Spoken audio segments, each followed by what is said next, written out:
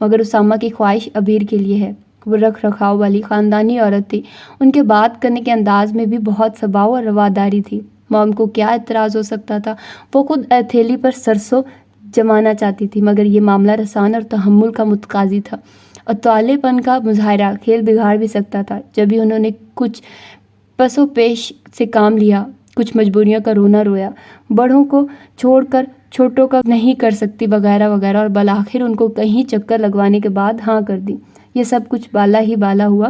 بات طے ہونے کے بعد ابیر کو خبر ہوئی تو صحیح معنوں میں اس کے حواسوں پر بجلی سی گر پڑی تھی۔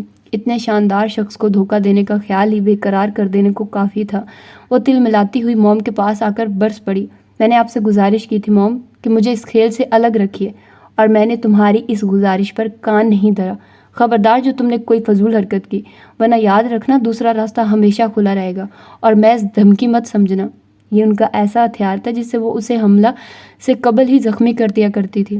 وہ ایک بار پھر خود کو لاچار محسوس کرنے لگی۔ سوائے چپ سادھ لینے کے اس کے پاس کوئی چارہ نہیں تھا، سو اس نے چپ سادھ لی۔ فی الوقت وہ کوئی فیصلہ کرنے سے قاصر رہی تھی۔ وہ دن بھی آ ہی گیا جب وہ بیاہ کر اسامہ کے ہمراہ اس کے ویل فرنشڈ گھر میں آ گئی تھی۔ مسز ملک نے بیٹے کے لیے دل کھول کر پیسہ خرچ کیا۔ وہ جوڑا جو اسے نکاح کے موقع پر پہنایا گیا تھا کم و بیش 1 لاکھ کی مالیت کا تھا۔ لوگ اس کی قسمت پر رشک کر رہے تھے، مگر ابیر کا دل اس ڈرامے پر سسکتا رہا تھا۔ وہ عجیب سی بے کسی اور لاچاری میں مبتلا رہی تھی۔ کہیں بار چاہا اسامہ سے ساری حقیقت کہہ دے، مگر ایک عجیب سے خوف نے اس کی زبان کو سلب کر دیا تھا۔ وہ کچھ بھی نہیں کہہ سکی تھی، اور یہ دن آ گیا تھا۔ موم کے علاوہ سارا، انا اور اینا نے بھی اسے خوب پٹیاں پڑھائی تھی۔ کسی کو الو بنا کر مطلب نکلوانے کے تیر بہدف طریقے سکھائے گئے تھے۔ وہ بے بسی کی تصویر بنی انہیں دیکھتی رہی تھی۔ بس کچھ دن ہے، پھر اس کے بعد تو تم سے بھی پارسائی اور معصومیت کا ٹیگ اتر جائے گا، پھر تم پر بھی بدکاری کا ٹھپا لگ جائے گا۔ میرے گریبان پر ہاتھ ڈالنے والا کبھی سکون سے نہیں بیٹھ سکتا۔ ابیر بیگم پھر تمہیں کیسے معاف کر دیتی؟ آج کے بعد تم ہمیں حقارت کی نگاہ سے نہ دیکھ سکو گی، نہ ہم پر انگلی اٹھا سکو گی۔ تم میں اور ہم میں آج کے بعد کوئی فرق نہیں رہ جائے گا۔ اس کی رخصتی کے وقت سارا نے اسے گلے ملنے کے بہانے نزدیک آ کر اتنی حقارت اور تنفر سے کہا تھا کہ وہ بس پھٹی پھٹی آنکھوں سے تکتی رہ گئی۔ اس کی آنکھوں میں اترے آنسو تک ٹھٹر گئے تھے۔ سارا اس قدر منتقم مزاج ہوگی یہ اس کے تصور میں بھی نہیں تھا۔ حسن افسردہ ہو تو اس کی کشش اور بھی بڑھ جاتی ہے۔ آپ مجھے بہت الگ اور خاص لگی تھی۔ جب بھی مما کے سامنے میں نے آپ کا نام رکھا تھا، وہ اپنی سوچوں میں اس قدر دور تک چلی گئی تھی کہ اسامہ کب کمرے میں آیا اسے خبر ہی نہ ہو سکی تھی۔ جب بھی وہ بہت بری طرح سے ہڑبڑا گئی تھی، اس کی گھبراہٹ کو محسوس کر کے اسامہ مسکرایا تھا، پھر اس کا حنائی ہاتھ اپنے مضبوط ہاتھ میں لے کر آہستگی سے دبایا۔ بہت خاموش بلکہ اداس ہیں، کیا آپ کو مجھ سے تعلق استوار ہونے کی خوشی نہیں ہے؟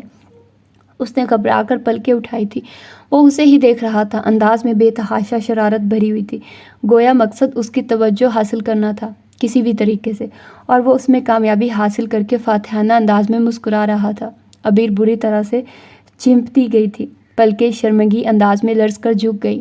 وقتی طور پر ہی صحیح، مگر وہ اس اضطرابی کیفیت سے نکل آئی تھی جس کا شکار تھی۔ بہت خوبصورت لگ رہی ہو۔ بھاری بھرکم لہجے میں کی گئی تعریف پر ابیر کا دل اپنی دھڑکنیں الٹ پلٹ کرنے لگا۔ رونمائی کا گفٹ چڑھاؤ کنگن پہناتے اسامہ نے بہت ملائمیت سے اسے بازوؤں میں بھر لیا تھا۔ اس ایک رات کا میں نے بہت شدت سے انتظار کیا تھا ابیر، تم جانتی ہو، جب سے تمہیں دیکھا تھا میں نے صحیح معنوں میں میری نیندیں اڑ گئی تھی۔ اسامہ کا لہجہ جذبات کی شدتوں سے چور تھا اور دھیما ہوتا بالآخر سرگوشی میں ڈھل گیا تھا۔ ابیر کی آنکھیں جانے کس جذبے کے تحت بھر آئی تھی، بھلا وہ اتنی عزت افزائی اور محبت کے لائق کہاں تھی؟ کیوں رو رہی ہو؟ اسامہ نے اس کے آنسوؤں کی نمی کو محسوس کر کے بے چینی سے سوال کیا تھا۔ ابیر نے نگاہ بھر کے اسے دیکھا۔ سیاہ شیروانی میں وہ ہمیشہ سے کہیں بڑھ کر شاندار اور خوبرو نظر آ رہا تھا۔ وہ آنسوؤں کی وجہ پوچھ رہا تھا اور وجہ بتلانے لائق نہیں تھی۔ اس نے ہونٹوں کو باہم بھینچ لیا اور رات دھیرے دھیرے بھیگتی چلی گئی تھی۔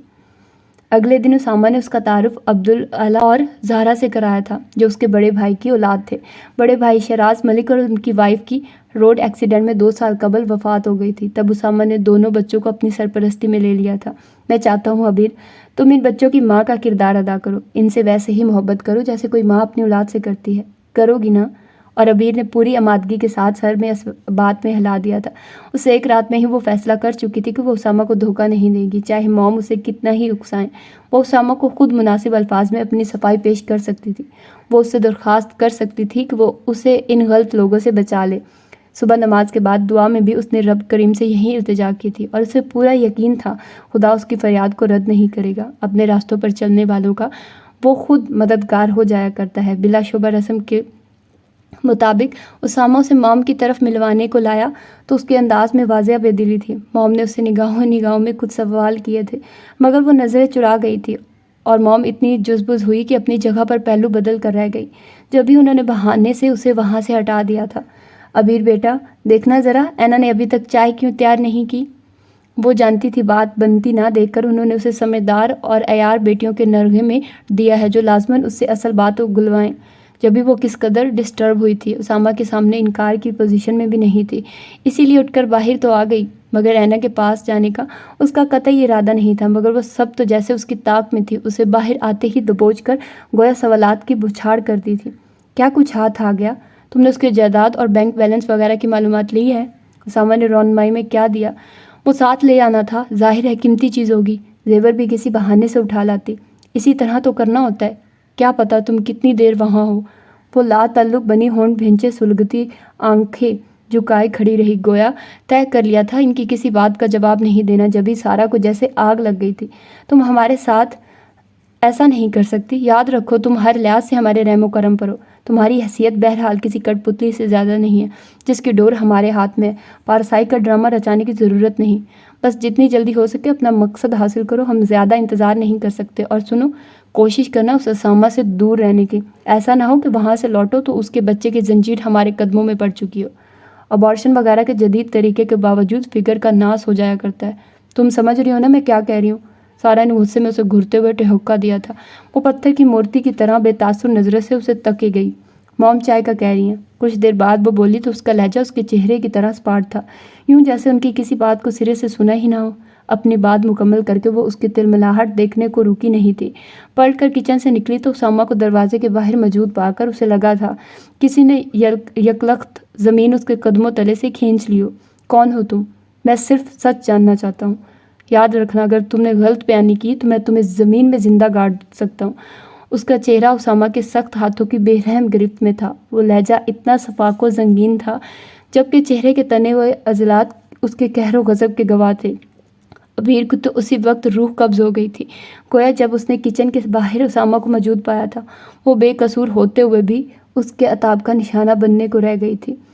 وہ اسے واپس لے کر آیا تو بیڈ روم میں آنے تک پتہ نہیں کیسے خود پر ضبط کے کڑے پہرے بٹھائے رکھے تھے۔ اس کے بعد وہ کوئی وحشی جنونی انسان تھا جو ابیر کے منہوں سے آہوں اور کراہوں کی صورت نکلتے سچ پر آپے سے باہر ہوتا اسے تشدد کا نشانہ بناتا رہا۔ ابیر کے دل و دماغ پر مجرمانہ بوجھ دھرا تھا، جب بھی اس نے کچھ چھپائے بغیر سب کچھ اس کے سامنے کھول کر رکھ دیا تھا، مگر جب اس نے اپنی صفائی پیش کرنی چاہی تبھی وہ بوپھر اٹھا تھا۔ تو یہ پلان تھا تمہارا جس کے تحت تم نے مجھ سے شادی کی؟ بد کردار عورت! اس کا ہاتھ اٹھا تھا تو پھر رکنے میں نہیں آ رہا تھا۔ ابیر پٹتے ہوئے بھی اپنی بے گناہی کا یقین دلانے کی کوشش کرتی رہی تھی، جب بھی وہ کچھ اور غضبناک ہوا تھا۔ تم نے دھوکہ دیا مجھے، اسامہ ملک کو۔ How dare you! وہ جیسے توہین سے پاگل ہو رہا تھا۔ نہیں، میں تو آپ سے شادی بھی نہیں کرنا چاہتی تھی۔ بکواس بند کرو فحشہ عورت!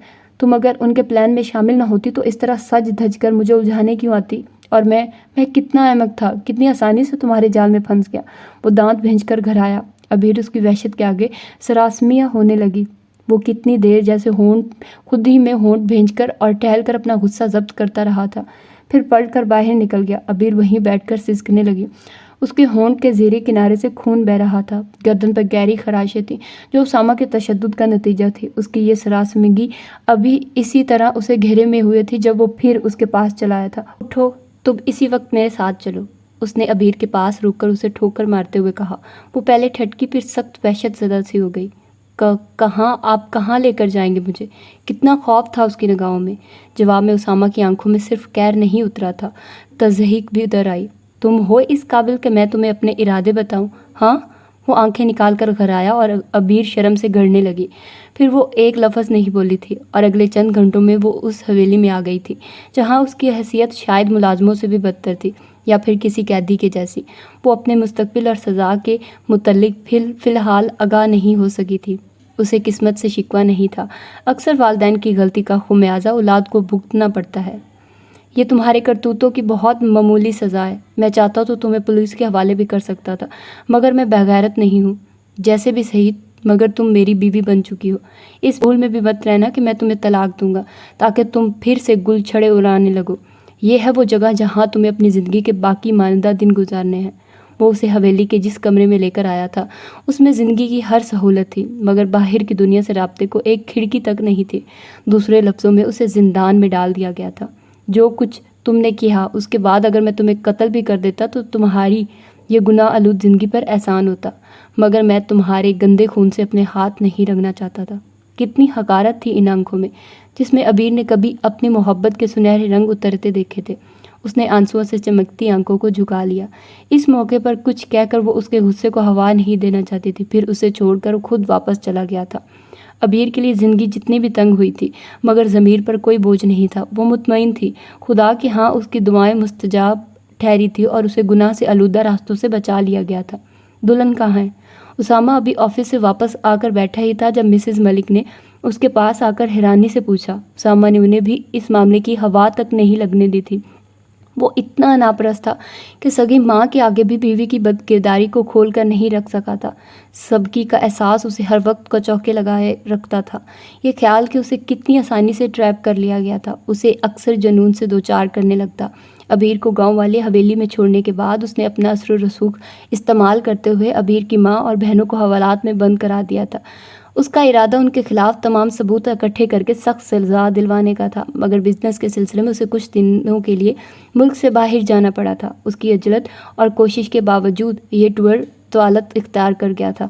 واپس آنے پر سب سے پہلی اطلاع اسے ان عورتوں کی رہائی اور پھر اس علاقے سے بھی روپوش ہونے کی ملی تھی، تو سوائے کف افسوس ملنے کے وہ کچھ نہیں کر سکا تھا۔ اس کے بعد اسے فوری طور پر عبیر کا خیال آیا تھا، کہیں وہ بھی اپنی شاطرانہ فطرت کی بدولت اس کے ملازماؤں کو ڈاج دے کر فرار نہ ہو گئی ہو۔ اس خدشے کے پیش نظر اسامہ نے حویلی رابطہ کیا تھا۔ ملازمہ سے بات چیت کر کے عبیر کی طرف سے خیر کی خبر سن کر قدرے اطمینان بھی نصیب ہوا، مگر مما کے سوال نے اسے پھر سے جذبز کر دیا تھا۔ آپ بولتے کیوں نہیں اسامہ؟ میں تو سمجھی آپ عبیر کو اپنے ساتھ لے کر گئے ہو۔ اگر وہ آپ کے ساتھ نہیں گئی تو پھر کہاں ہے؟ مسز ملک سوال پر سوال کر رہی تھی۔ اسامہ کے چہرے کے عضلات تناؤ کا شکار ہو کر رہ گئے۔ مر گئی ہے وہ، آپ آئندہ اس کا تذکرہ نہیں کریں گی، اوکے؟ اس نے سرخ آنکھوں سے انہیں دیکھتے ہوئے کہا اور ایک جھٹکے سے اٹھ کر وہاں سے چلا گیا۔ مسز ملک حیران پریشان سی کھڑی رہ گئی۔ یہاں عبیر کی فیملی کے متعلق بھی عجیب و غریب باتیں سننے کو ملی تھی کہ پولیس ان عورتوں کو پکڑ کر تھانے لے کر گئی تھی۔ مسز ملک اگلے دن صورتحال جاننے کو وہاں پہنچی تو وہاں وہ ملازمہ ملی تھی جو صفائی ستھرائی پر مامور تھی۔ اسی سے مسز ملک کو بس اتنا پتہ چل سکا تھا کہ وہ تینوں لڑکیاں اور ان کی ماں آج صبح ہمیشہ کے لیے وہاں سے جا چکی تھی۔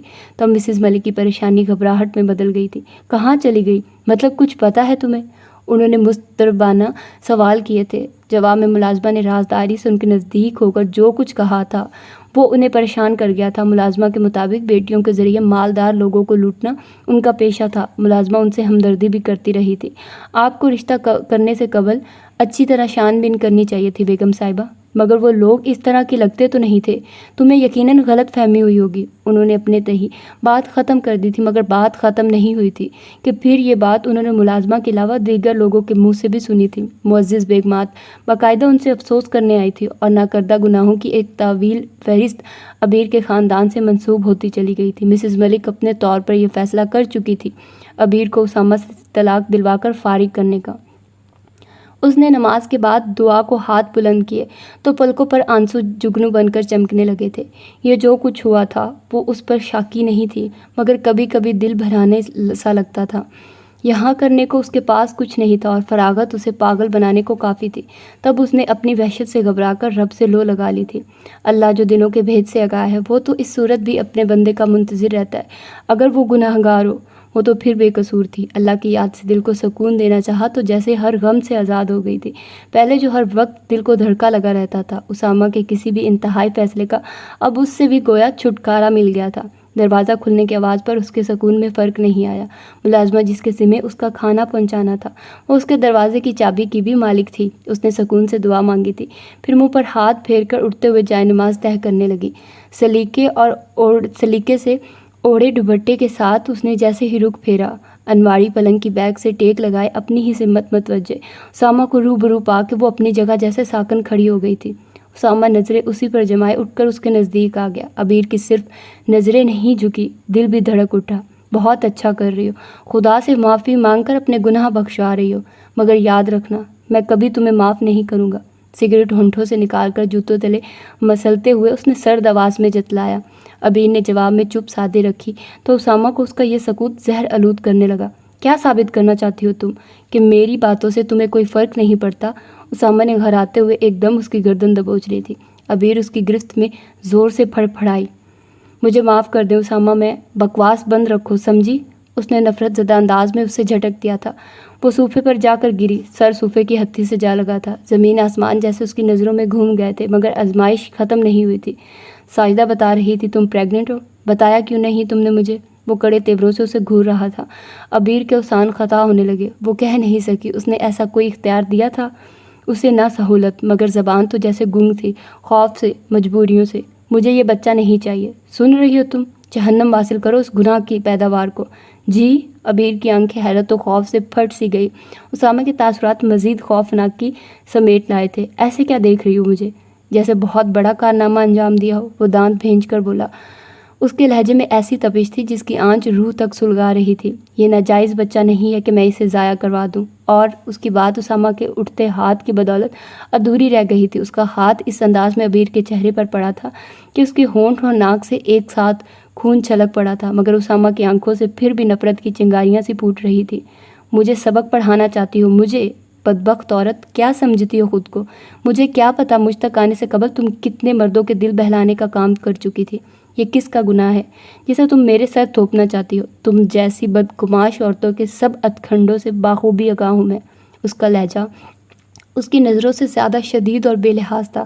عبیر گال پر ہاتھ رکھے کچھ دیر اسے دیکھتی رہی تھی، پھر جانے کیا ہوا تھا، وہ خوف و بے بسی سے جیسے کہیں گم ہو گئی۔ اس کی جگہ طیش اور غیظ و غضب نے لے لی۔ کوئی بجلی سی چمکی تھی اور اس نے آگے بڑھ کر اسامہ کا گریبان پکڑ لیا تھا۔ کیا سمجھتے ہو تم خود کو کہ بہت پارسا ہو اور میں بد کردار عورت ہوں؟ ہاں، میں نے بتایا تمہیں، اپنی صفائی بھی دی۔ یہ تھی میری پارسائی کی نشانی۔ تم نے جو سلوک کیا میرے ساتھ، میں نے اسے خاموشی سے سہ لیا۔ یہ تھی میری نیک نیت کا اظہار۔ جو بدگماش عورت ہوتی میں تو یہ چار دیواری، یہ بند دروازے میرا راستہ نہیں روک سکتے تھے، سمجھے تم؟ میں نے سب کچھ سہا صرف اس لیے کہ تم حق بجانب تھے، اور میرے دامن پر میرے اپنوں کے کردار کے داغ تھے۔ کیچڑ میں کھلنے والا کنول چاہے پاکیزہ ہو مگر مشکوک ضرور رہتا ہے۔ میں بھی اپنی صفائی پیش کرنے کو ثبوت نہیں لا سکتی۔ جو بات گھن گرج سے، تلخی سے شروع ہوئی تھی، اس کا اختتام پھر اس کے آنسوؤں پر ہوا تھا۔ وہ جیسے تھک گئی تھی اور بری طرح روتے ہوئے اسے چھوڑ کر فاصلے پر ہو گئی۔ اسامہ کچھ دیر اسے روتا دیکھتا رہا، پھر کچھ کہے بغیر پلٹ کر باہر چلا گیا۔ عبیر وہیں بیٹھ کر بے آواز آنسوؤں سے روئی گئی تھی۔ اس کے کمرے میں بے حد اندھیرا تھا۔ باہر موسم اپنی شدتوں پر تھا۔ طوفانی ہواؤں کے جھکڑ سے درختوں کی ٹہنیاں ٹوٹ کر گر رہی تھی۔ بارش کی بوچھاڑ کھلی کھڑکی سے ہوا کے زور پر اندر آتی اور کمرے کے ایک حصے کو بھگو جاتی۔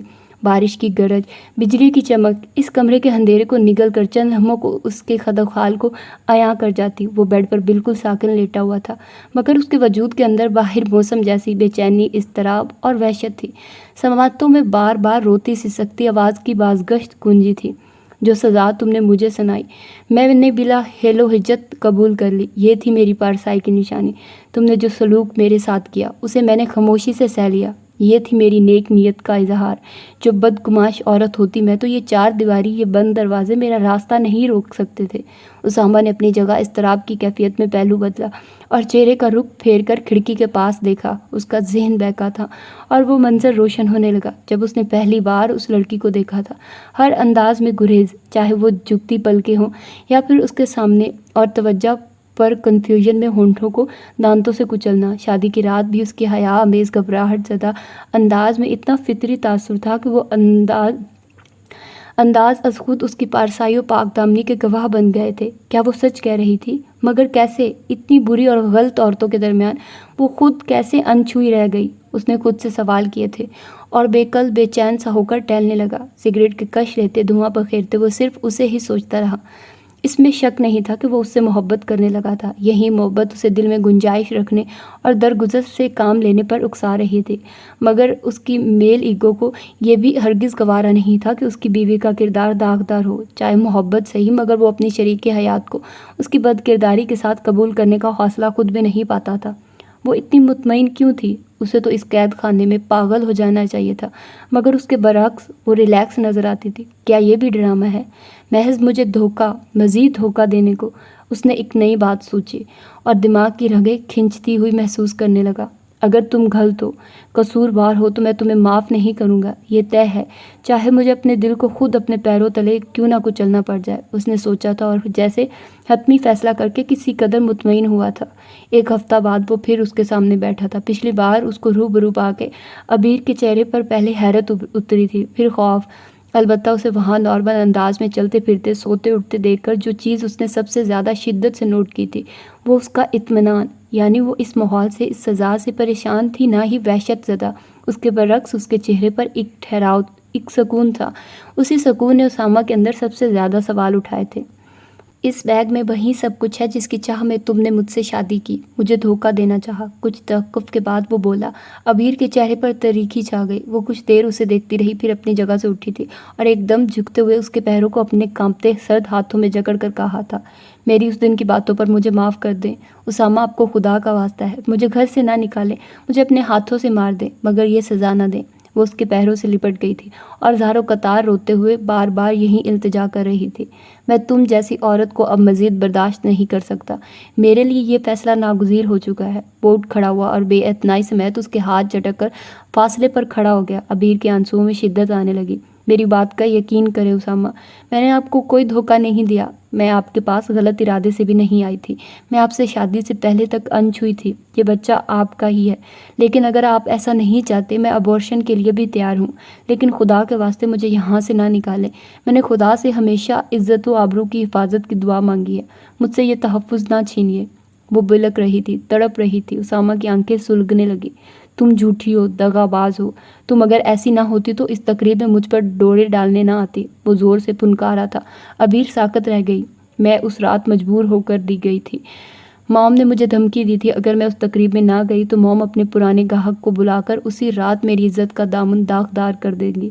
اسامہ بلیو می، میں نے اپنی عزت بچانے کی خاطر ایک بڑے گناہ سے بچ کر نسبتاً چھوٹا گناہ کیا تھا، میں آپ کو مائل کرنے نہیں آئی تھی، میں اپنی عزت کی حفاظت کرنا چاہ رہی تھی۔ اس نے گڑ گڑاتے ہوئے اپنی ذات پر پڑا پردہ اٹھا کر ایک اور حقیقت آشکار کی تھی۔ اسامہ ہونٹ بھنچے اسے دیکھتا رہا، پھر کندھے اچکا دیے تھے۔ تم کہہ سکتی ہو، مجھے تمہاری بات کا یقین نہیں ہے۔ اور عبیر سن پڑے رہ گئی تھی۔ اس کی ماں نے اس کے وجود میں جو سوئیاں گاڑی تھی وہ انہیں کھینچ کر اگر نکالتی بھی تھی تو فائدہ نہیں تھا، متاثرہ جگہ سے خون کی پھوار نکلتی تھی اور درد میں اضافے کا باعث بنتی تھی۔ میں آپ سے ساری زندگی کچھ نہیں مانگوں گی اسامہ، سوائے اس کے کہ اس چار دیواری اور اپنے نام کا تحفظ مت چھینیے۔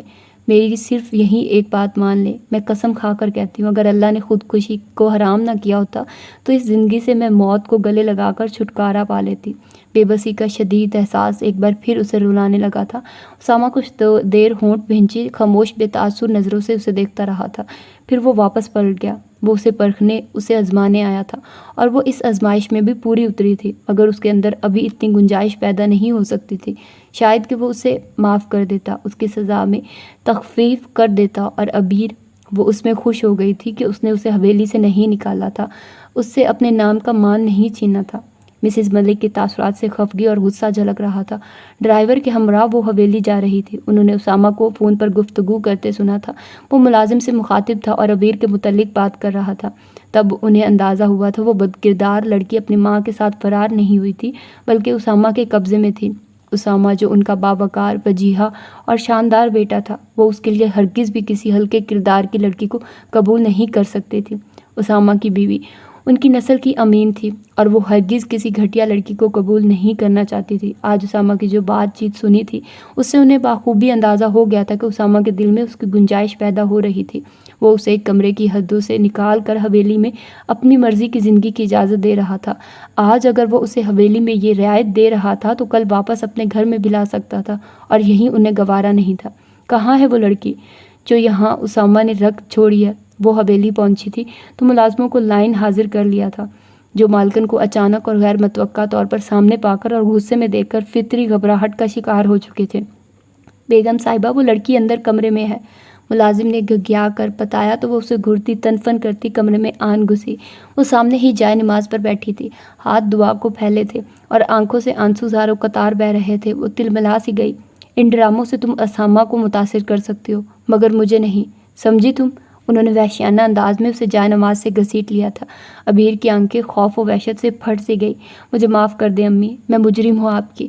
اس کی بات ان کے اٹھے ہوئے ہاتھ کی بدولت ادھوری رہ گئی، پھر ہاتھ رکا نہیں تھا۔ بکواس بند کرو، خبردار جو معافی کا لفظ منہ سے نکالا، تمہاری وجہ سے ہم کسی کو منہ دکھانے کے قابل نہیں رہے۔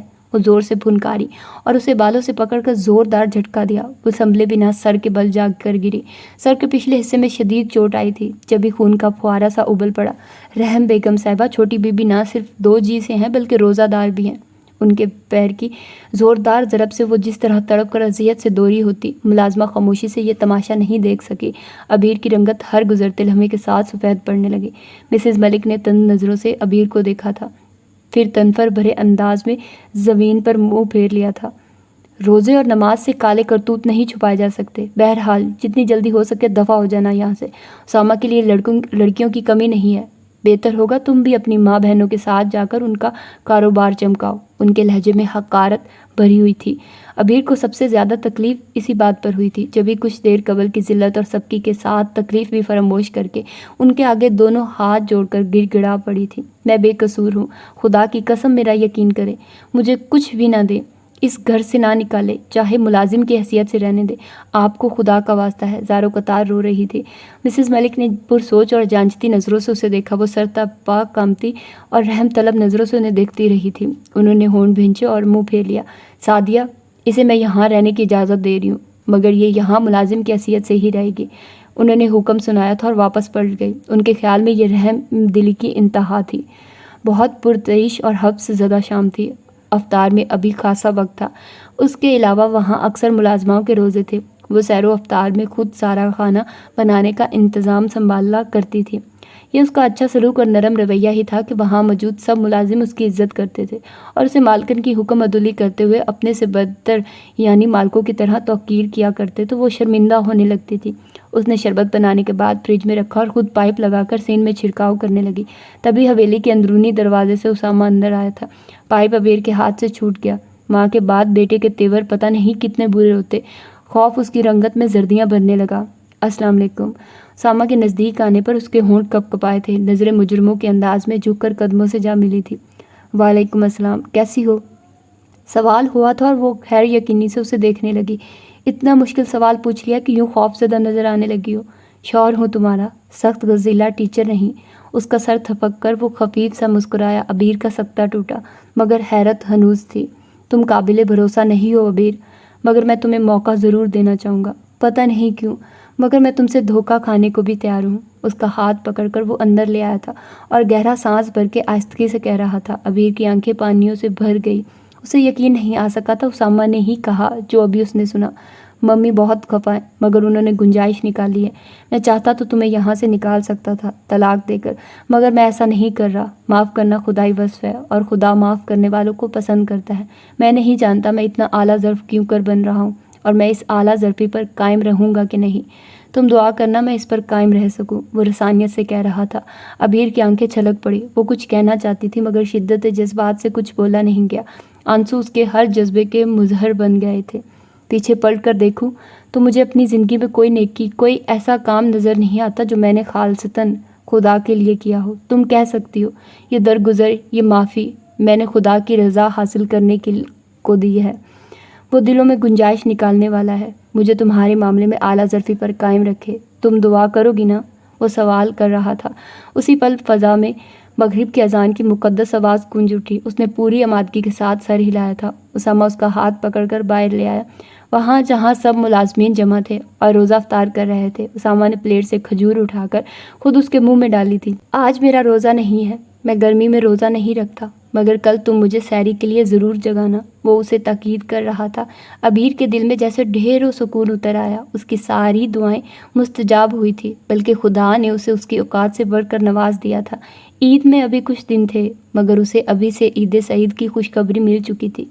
گھپ اندھیرا چھٹا تو سنہری دھوپ نے ہر سمت روشنی پھیلا لی۔ تو یہ تھا آج کا ناول۔ آئی ہوپ آپ لوگوں کو یہ پسند آیا ہوگا۔ اگر پسند آیا ہو تو پلیز مجھے نیچے کمنٹس میں ضرور بتائیے گا۔ ملتے ہیں انشاءاللہ اگلے کسی اچھے سے ناول کے ساتھ۔ اپنا بہت سارا خیال رکھیے گا، مجھے دعاؤں میں یاد رکھیے گا۔ اللہ حافظ۔